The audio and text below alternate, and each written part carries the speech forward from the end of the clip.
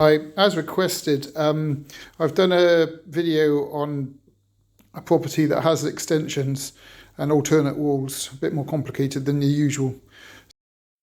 So this property is not quite pre-1900, it's between 1900 and 1929. It has solid brick front elevation, suspended floor and a gas meter there you can see. And you can see the headers there. And then inside there is a programmer with a room thermostat, so it has a relatively modern heating system. And a blocked up chimney. Because of the age of the property, you've got to show the blocked up chimney to keep the auditors happy. A wall thickness of 260 mm at the rear extension. I'll show you a photograph of that in the next slide. And this is the rear. It's a rear extension because the roof, there's no loft hatch, it's sloping ceiling insulation on that rear extension on the left. And this is the wall thickness to the rear elevation where the double patio doors are, and that's 300 mm. So we have an alternate wall here, which is cavity. There's the electric meter by the front door. And the shower comes off the bath. So 101, so that's rooms with bath and or shower 1 and rooms with mixer shower and bath 1. The wall thickness on the front elevation is 260 millimeters. And here is the boiler. Now this type of boiler is a Weissman, but underneath is the make and model of the boiler. So be careful here, it's not just a Vitodens 100. There's a very small section that says BPGA 25 kilowatt. Now without that you won't be able to use the PCDF. I have to describe the boiler using the SAP. The PBGA 25 kilowatts is written just below the word Vitodens. So up in the loft you can see the headers, which means it has a solid party wall. This improves the SAP rating opposed to cavity wall. Here's an overview of the loft insulation. Helpful that there's a Velux, you can see a lot better. And another photo showing the overview of the loft. So it's even loft insulation. There's an audit picture from showing me measuring the loft insulation. I recorded it at 250 mm. Date stamp on the glazing, so glazing unknown date, 16 mm thick, UPVC. RVs are present at more than 50% of the radiators, so I have included them. So here's how I recorded all the data.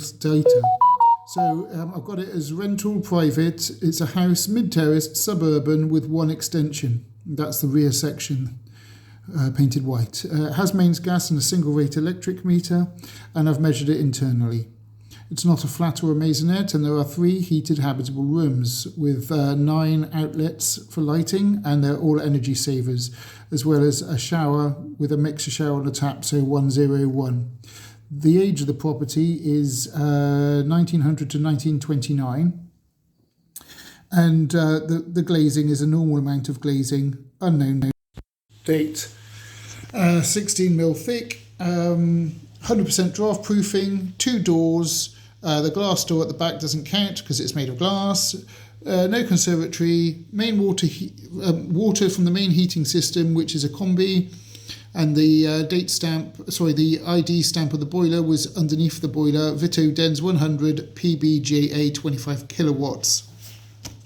Programmer and room thermostat and no secondary heating. So the walls. So the front wall is solid brick and the rear wall is cavity wall.